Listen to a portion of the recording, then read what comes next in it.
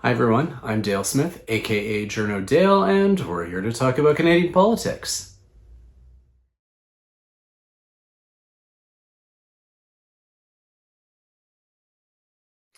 All right, we're here with Carleton University's Steve Saideman. We had our big announcement on defense spending and meeting the NATO target this week, and we're going to get Steve to help us walk us through it. I'm understanding that there's some new cash, but also some possible creative accounting around things with the Coast Guard.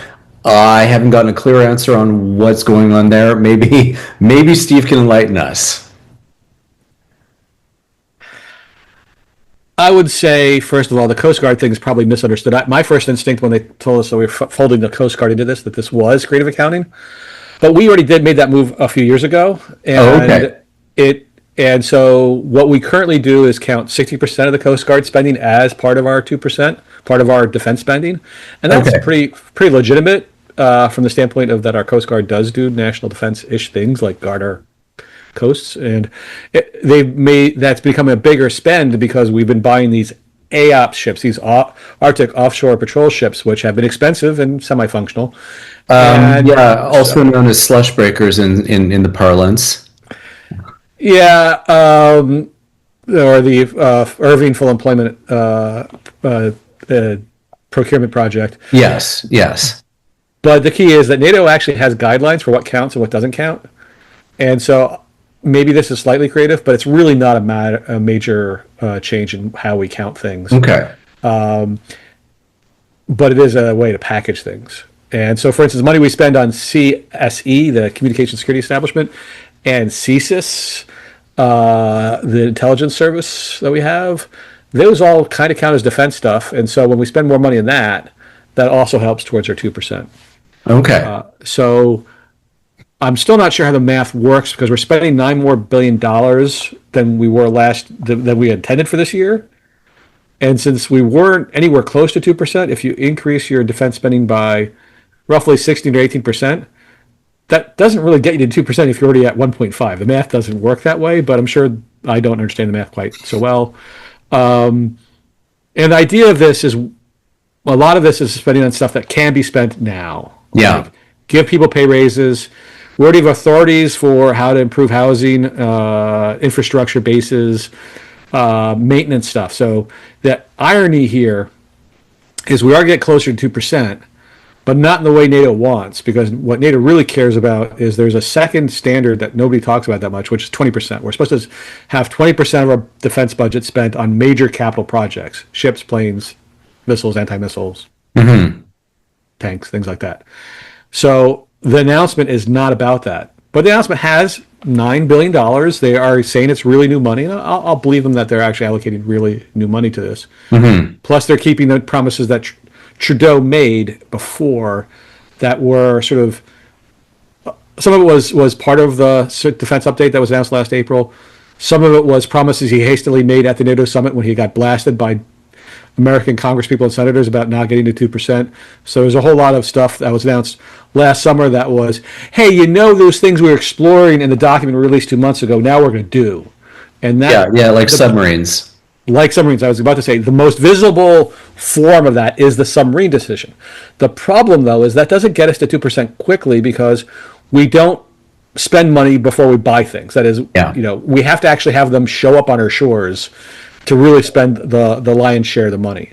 So, for instance, in the next year, we are going to be spending money on F-35s because some of them will actually be landing in Canada and be starting to be put into the process, being included in our Air Force.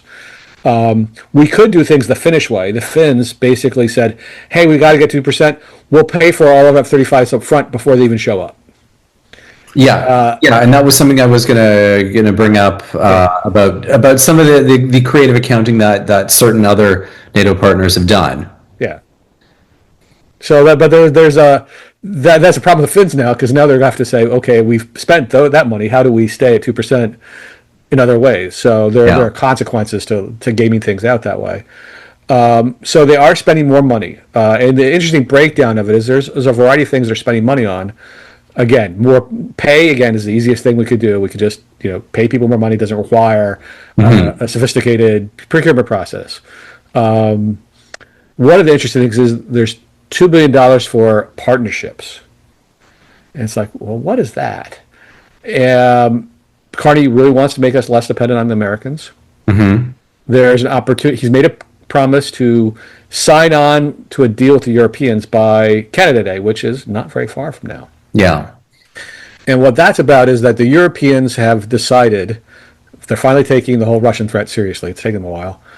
But they all face the same problem, which is a lot of them are small countries with small militaries. How do you take advantage of the economies of scale that the United States takes advantage of? Not buying 5 or 10 artillery pieces, but 500. And so the idea of EU arm is to do a couple things at once. One is issue Euro bonds and then borrow. That's basically borrowed money to spend on this stuff. And given what the United States is doing to the value of their currency and the value of American investments, this is a really great time for the Europeans to issue bonds. They'll be very desirable. Yeah. And then they'll borrow on those to pay for the new weapons so that they don't have to today finesse their guns versus butter debate about if we spend more money on defense, does it mean we spend less money on social welfare programs? Right. And they're coordinating the purchase of large allotments of whatever it is that they want to buy, whether that's drones, counter drones, advanced artillery systems. The timing of this is such that they're all learning the same lessons that the Ukraine war has taught us, which is there's all these technologies that we don't have enough of. We don't have nearly enough ammunition for our weapons. We need to invest in all kinds of things. And so it makes sense for the Danes and the Dutch and the Germans and whoever else to buy things collectively now. And it's also aimed to buy things in Europe, reduce their dependence on the unreliable Americans. So the question is what does this $2 billion that we're setting aside go for? And it might be sort of the buy-in that if we give the Europeans $2 billion, it allows us to be partake of this. And it might be sort of a retainer of we give the Europeans $2 billion, then that gives us $2 billion worth of credits for buying European stuff. This is big speculation on my part. Yeah. I'm sure he's going to try, as part of this deal, to try to build in exceptions so that way the Europeans can buy some Canadian stuff and have it count towards this, that maybe they can use Euro bonds to buy a Canadian technology. Because Carney not only wants to reduce our dependence on the Americans, he's been fond of talking about how 75% of our defense dollars go to the United, or our procurement are buying American things as opposed to other folks. But he also wants to have the defense industrial base of Canada improve. And so there's money in the $9 billion for instance, building or subsidizing the building of ammunition factories. We can make artillery shells just as well as anybody else. It doesn't require advanced technology. That's not a specialized thing compared to other stuff that we can't do. We can't build submarines. We just can't. And that's good news because it means we won't have Irving try to steal that business. We're going to buy foreign subs now. If we join Euroarm, does this mean that the Germans and Norwegians get their dreams and we buy their sub? I don't know how that works. The South Koreans definitely are in play as well. So, but anyway, so I think Euroarm is where that $2 billion is going. I don't think there's any other partnerships that we might be developing. Maybe they'll announce something where there's co-production of South Korean tanks, and where part of it's in South Korea, part of it's in Canada, or whatever. But my guess, and it's just a guess, is that it'll be for the EU arm thing, and we'll know more about this by July. I mean, some of this stuff is being part of the rollout for one of two events: the G7, which I think is next week. Yeah, something like that. And I know for the NATO summit, because I'm actually going to the NATO summit at the end of June, so that's the June 24th, 25th. So they want to be able to show up with deliverables so that way Carney doesn't get yelled at like Trudeau did. So last year, Trudeau came up with a plan that was widely insufficient in April, tried to deliver that at the summit, got yelled at. Carney observed also that when Trudeau didn't finally make the commitments, he got no credit for it because it was late and not all that credible. So I think Carney observed that and said, we're going to make these decisions now. And it is part of the larger effort to increase Canadian capacity and reduce dependence on the United States. Okay. One of the questions I had was something that I was watching General Carignan on one of the political talk shows, talking about how some of this new money is going toward things like spare parts and so on. And I guess my question is, like, D&D has been lapsing money for years, and why wasn't that lapsing money going to these spare parts, which she is now thanking the government for investing in? I'm kind of not sure, like, where the disconnect is there. Okay, well, there's two things going on here. One is whenever we want to cut budgets, we always cut the civilians who process these kinds of things. And so D&D has long had a lack of people to actually do the contracting across the board. So when there is money, often it gets spent because they just can't get it done in the year because these people are too busy. So one of the things that they promised in last year's defense policy update, and Carney seemed to be following through on it, is hiring more people who are civilians at D&D to do the work. You need to have people, write the contracts, review the contracts, monitor the stuff, do all that stuff. We know that we often say bureaucrats are just people who sit around. No, they do real things, and they're always easy targets for budget cutting. So that's part of it, that there's real commitment to hiring people to do that. The second thing is, most of the time when there's lapsed spending, it's not the small stuff, it's the big stuff, right? Because it's always in billions of dollars. Guess what? Irving couldn't deliver the ship on time, so therefore we can't spend the money that we had allotted for the ship. F-35s were delayed on whatever. And again, this is my basic take on it. I think there's other people who know this specific thing better because I'm not specifically a procurement expert. Okay. But I think generally the idea is the bigger projects. And so we've also done a whole lot of robbing Peter to pay Paul. So, okay, we now have this big mission in Latvia that's very expensive, right? And so it might be we've deferred all this stuff because, on the spare parts, maintenance budgets, because we've had to feed the soldiers in Latvia. We've had to fly them back and forth because they go back and forth every 6 months. Yeah. There's all kinds of things we have to do on a daily basis. And so we've been probably shorting the operations budget because we've been trying to spend money on the bigger projects. And as a result, this operation stuff ends up, some of it we have to spend, some of it we should be spending, like the buildings, the infrastructure have been becoming increasingly dilapidated, mold, all that kind of stuff. And so this has been on the list for a long time. There's authorities that have been created apparently to allow us to spend the money, but then they haven't put the money in those things. The money has been dedicated to those other things. So some of this new money, that like 2.5 billion of it, is very much specifically allocated to things like pay raises and improvement of quality of life of the soldiers, sailors, and aviators, which is housing, improving bases, that kind of thing. So, and readiness. They're talking about readiness. When they talk about readiness, that's always about fuel, spare parts.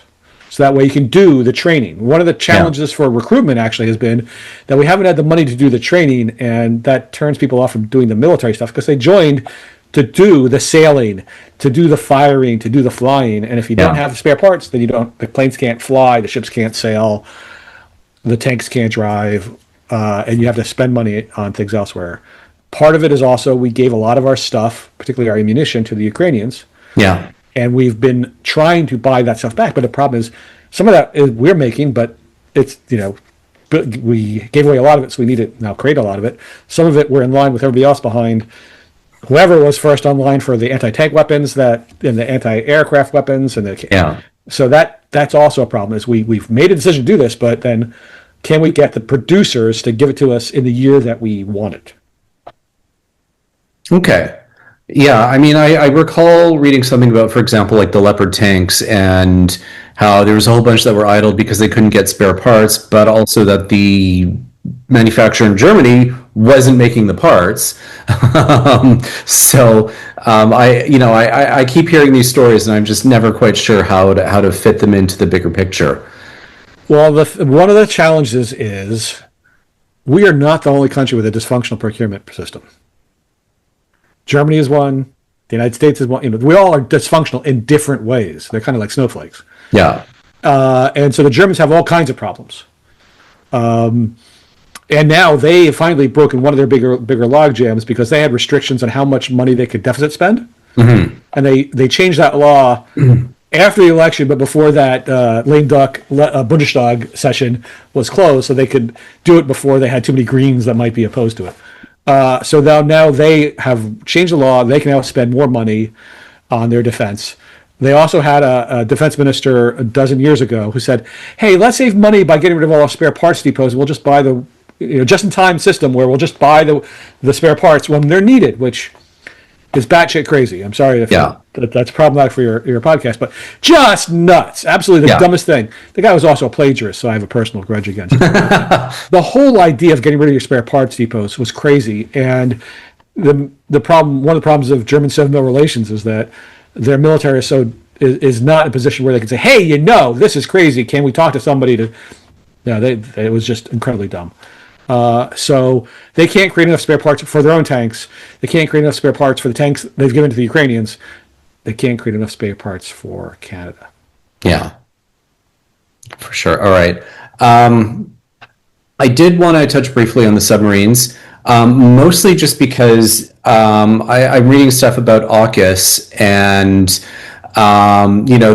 Canada's had this FOMO with AUKUS for a couple of years now. And now I'm reading that the Australians are basically learning that all this money they spent means they're probably not going to actually get us any submarines from the Americans. I just kind of want to take a minute about I'm trying to get the right word here. It's not quite Schadenfreude, but it's all this angst we've wasted on this FOMO for something that the Australians are now getting hosed on. I just kind of wanted to just put that forward and just wanted to get your take on that. Well, I've said lately that I feel more Canadian than ever because I've always had FOMO, and I've realized that FOMO is, fear of missing out, is central to Canadian identity. So, but I think we dodged a bullet, and we could feel relief. Our own submarine problems, we've made our mistakes in the past, and we've paid for it. We bought 4 broken submarines that we were not given the necessary materials to keep them up because they were classified by the British. So there are all kinds of problems there. So we're going to avoid those mistakes. We may make new ones, but we'll avoid those mistakes. And we are definitely buying foreign submarines. We're definitely buying new submarines. We should be buying submarines with a proven design, but there's kind of debates about that. We made that promise with the what they call the River class destroyers, the big shipbuilding program. The surface combatants. The surface combatants. Yeah, the 15 of them. But then we decided not to go with a proven design. So hopefully we won't make that mistake. And there's a whole lot of pressure, both from the 2% thing, which is if we start buying submarines, we start getting closer to 2% because they're expensive. And also, those broken submarines are really broken. And so we need to start having submarines in our fleet so that way we can continue to have sailors who are qualified to drive them, so that way they can then train the next generation. So if the submarines go out, if we stop having submarines at work, then we stop having people who are trained and expert in making them work, and then they can't train the next generation. So there's real pressure to get the submarines going. And so if we started, playing around with a new design, then we'd be pushing everything back, and that would be a nightmare. So delivery of the submarines is really imperative if we're going to have submarines. And I was talking to a senior Navy official the other week at a reception, and he insisted that they're going to be making decisions by the end of the year, which is very fast. But it kind of is necessary to do so to keep both the promises to the 2%ness and also for the actual practice of having submarine qualified people. So I find this all incredible that we'll be able to manage to do all this stuff because we've failed in the past. But there's a real sense of urgency that hasn't been around. Mm-hmm. I mean, here's the big thing that I haven't heard any people talk about yet. If you want to spend money quickly, you have to change your procedures. Specifically, you have to be less fearful about being criticized by the opposition to do something that is seen as being illegitimate, which is sole sourcing, right? Yeah. Sometimes we know what the best equipment is or what the equipment that fits us the best is. And so do you need to have a competition? Now, we try to have competitions because it's supposedly the best way to get the best equipment at the lowest price. And it's a way to avoid corruption. Yeah. But sometimes you need stuff quickly. Like we didn't sole source some of the equipment for Afghanistan because we needed it now. Yeah. And so we did things fast. And we were able to get things into Afghanistan pretty quickly. So, for instance, we don't make our own anti-tank missiles. We don't make our own anti-aircraft missiles. But we know the stuff that's pretty good. Yeah. And so there's going to be two flavors of them, American and European. There might be some Japanese or China, or South Korean. But we can potentially say things like, okay, we've identified the best thing out there, so we want to get online right now to buy it, because we have to compete with other countries to be online. But we have to buy it, make that decision, as opposed to having an extended competition. The opposition will almost always yell at them for doing so, because when you say sole source, it screams corruption. But it's not necessarily corruption. It's about getting the best thing. As someone who's written a lot about the desperate need for us to do more oversight over the Canadian military, the place where we have the most, and where it's probably doing some harm, that because every time we have a crisis or a problem, we add another layer of oversight, is procurement. I want us to have more oversight over our personnel policy, over our operations, over those kinds of things. We might want to think about how do we nuance the oversight over procurement. And this is one thing that Carney has promised, which is, do we have a single defense procurement agency? That was the promise in the campaign. Yeah. I heard about it this week at the defense briefing over the new money. If they do that, fewer agencies, that cuts down a lot of the problems making decisions. But that might mean us making more mistakes.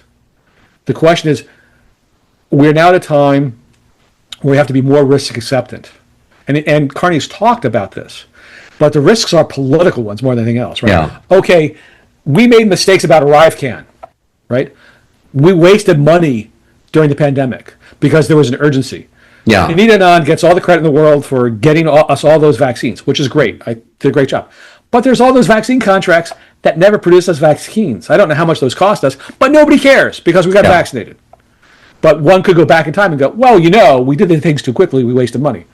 Sometimes you have to be willing to risk wasting some money to get the thing that you need. Yeah. During World War II, they spent gobs and gobs of money on all kinds of equipment very, very quickly in the United States and in Canada because there was an urgency that we had to have enough stuff to defeat the Nazis and the Japanese and the Italian fascists. And that probably meant there was some corruption, there was some money wasted, but we had to reevaluate our priorities because, as Phil Agassi and others have talked about, you can have things fast, you can have things cheap, you have things good. You can't have all those things at the same time. Yeah. Yeah. So we're at a moment now where we might be thinking maybe we have to be a little bit less obsessed about waste and a little more obsessed about delivery, which means changing your procedures that open you up to the criticism of during question period of the very few journalists who do defense stuff, and the opposition, and maybe just suck it up. But that requires Carney to be willing to take those risks. Yeah. And those are political risks more than the risks of us, having, corrupt companies make trillions of dollars off of us. Yeah. The last question I wanted to ask was about the recruitment problems that the Canadian forces have had. I am hearing that they have loosened the bottleneck somewhat. I'm just wondering what you've heard and what might come out of more of these resources that were announced this week. Sure. First of all, pay increases, always a good thing for recruitment and retention. Second, they have changed some of the policies. So, for instance, it used to be you have to wait an endless amount of time before getting the medical clearance and also a security clearance in order to join the military. Now what they're doing is they're changing to a probationary period. So that way it's easier to kick people out, let them in faster, and then, oh, wow, you've got Nazi tattoos, you're out, as opposed to checking everybody for all those kinds of background checks first and delaying things. So the challenge is we had people want to sign up for the military, and they have to wait years. Yeah. And then, of course, people get jobs and they get lives, and that moment is gone. Yeah. So they've done that. They've changed the incentive structure. So it used to be, people who were sent to do recruiting were often penalized because they lost whatever bonuses they were getting for flying or being overseas, and the regiments themselves didn't want to send their best people to do recruiting because they wanted their best people to do the daily stuff. Yeah. And so we were sending people who weren't necessarily their best to do the recruiting or the training. Both of those things are important for recruitment and retention. So we're doing that. We've opened it up for permanent residents. So a lot of permanent residents signed up, and now we have to figure out how to process them because again, oh wow, you lived abroad. We need to find out how reliable you are. Yeah. But again, if you let people in and then vet them, there's not a real security risk when they're in basic training. They're not learning how to blow up buildings and become terrorists or they're not learning secrets about our codes in their first 3 or 6 months in the military. Bring them in, vet them while they're there. Guess what? You'll find out from other people when you're training them, oh wow, this guy's talking about white supremacy. Okay, kick him out. Right? Yeah. So that makes sense. The numbers are going up. They've said they've met their targets the last quarter or two. Yeah. And we have some things to thank for that. Trump has increased Canadian nationalism, so people are more willing to serve. Trump has hurt the economy, so more people could be looking for jobs. So it's always easier to recruit at times where the economy is going south. Yeah. We'll also look good on the 2% metric because that's 2% of our GDP. So if we have a recession, we'll look better. But anyway, the recruitment is better. Retention is better. They've also made changes in how people treat each other. The whole culture change. Yeah. I don't know if the real numbers of sexual assault and misconduct have gone down, but they've really sent a message that we're no longer going to have the chief of defense staff be somebody who sees his subordinates as his targets for sexual conquest. Yeah. So I think they've made a lot of progress, and that's making a dent. It's going to get us, we're still behind because we've had years of this. Plus, we also had the pandemic, which made a big dent in recruiting. Yeah. Because they couldn't recruit, they couldn't train, they stopped. So there's all these lagging things. So it's going to take a long time to get to staffing at 100% and also staffing at the specific trades they need. So you can get people who are willing to camp out and do infantry, but you can get people who are going to be able to be the high-tech engineers on ships that will make them run, or pilots. There's always jobs in this private sector. Can we keep pilots? Now, getting the F-35 so that the pilots can then fly cool planes, or the other kinds of equipment we're buying new patrol aircraft. Yeah. Getting new equipment will make it easier to sell the military to people who want to fly or want to sail or want to drive tanks. Yeah. Having them be, this is all connected, right? Yeah. And again, if you get more people in the military, then fewer people are doing two jobs or being underserved because there are people actually staffing those things that they need to get things done, so people will be less turned off. That'll improve retention. It all feeds upon itself. So yes, more money, but also money spent better, changing incentive structures within the military, punishing toxic leaders. All that stuff makes everything better. So, and morale goes up. So all this stuff should help, but a lot of this stuff is long-term stuff. Some of it's been in the pipeline for a while. They've been working on recruitment forever, but they've made some major changes recently. That'll take time to work in. So I would say things are better, but there are a lot of challenges ahead, and some of the proof is in the pudding. They're making promises to spend the money. Can they actually spend the money that they promised to spend in 2025, plus the new $9 billion? If they can manage that, or if they get even close to that, that will be a big boon to the military, to recruitment, to Canada's position in the world, all that stuff. Yeah. And we don't have to worry about using the military for repressing our population because right now we're not doing that. That's American. Yes. Yes. That's a topic for another day. Yes, it is. All right. Well, thanks again for taking the time to do this, and we'll talk again in the near future. My pleasure. All right. Thanks. And that's everyone for this week. Join us again next week for some more Canadian politics. I'm Dale Smith. It's at journo_Dale on Twitter and journodale_no_ on Bluesky.